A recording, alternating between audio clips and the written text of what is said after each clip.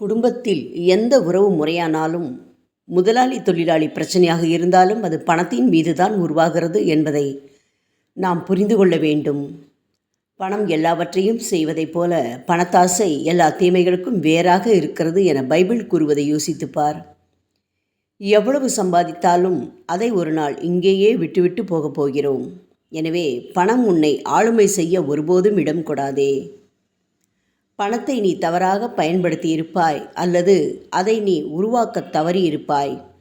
இந்த இரண்டு விஷயங்கள் உன் குடும்பத்தின் சிதைவுக்கு முக்கிய காரணங்கள் என்பதை மறந்துவிடாதே.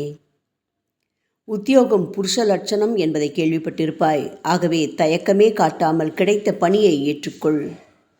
வாய்ப்புகள் வரும்போது அதை தட்டி கழிக்காதே. சோம்பேறியாக வாழ்வதை விட எதையேனும் செய்வது நல்லது என்பதை மறப்பது தீமையில் முடியும். இந்த உலகம் ஒருவர் மீது ஒருவர் காட்டும் அன்பில்தான் இயங்கிக் கொண்டிருக்கிறது. எனவே அன்பு காட்டு. அவர்கள் முதலில் அன்பு காட்டட்டும், பிறகு நான் அன்பு காட்டுவேன் என சொல்லாதே. அன்பு செய்வதில் முந்திக் கொள்ளுங்கள். அன்பாக இருப்பதை உணர்த்துங்கள். அன்பாக நடந்து கொள்ள பழகுங்கள். அன்பு காட்டுவதை வாய்விட்டு கூறி அன்பு மட்டுமே போதும் என கூறுங்கள்.